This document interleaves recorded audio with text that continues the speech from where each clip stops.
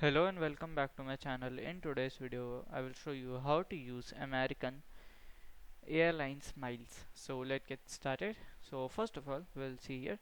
So basically American Airlines miles is basically a redeem miles. Okay, so it's here like you have to earn miles, so you will get more points. Okay, like this it works. Okay, so when you will just travel, they will transfer a redeem point. So you can, when you have the some amount of, like you have nearby 1,000 destination, so use the miles for the American Airlines, One World Airlines, and partner the airlines on the flight nearly 1,000 destination worldwide. So here you can just book now and claim your miles.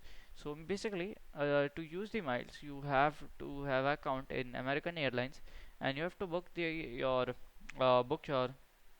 flight like this. Okay, so you can just search for the flight. So it is searching for the flight for the miles. So here when I will book, so let us see.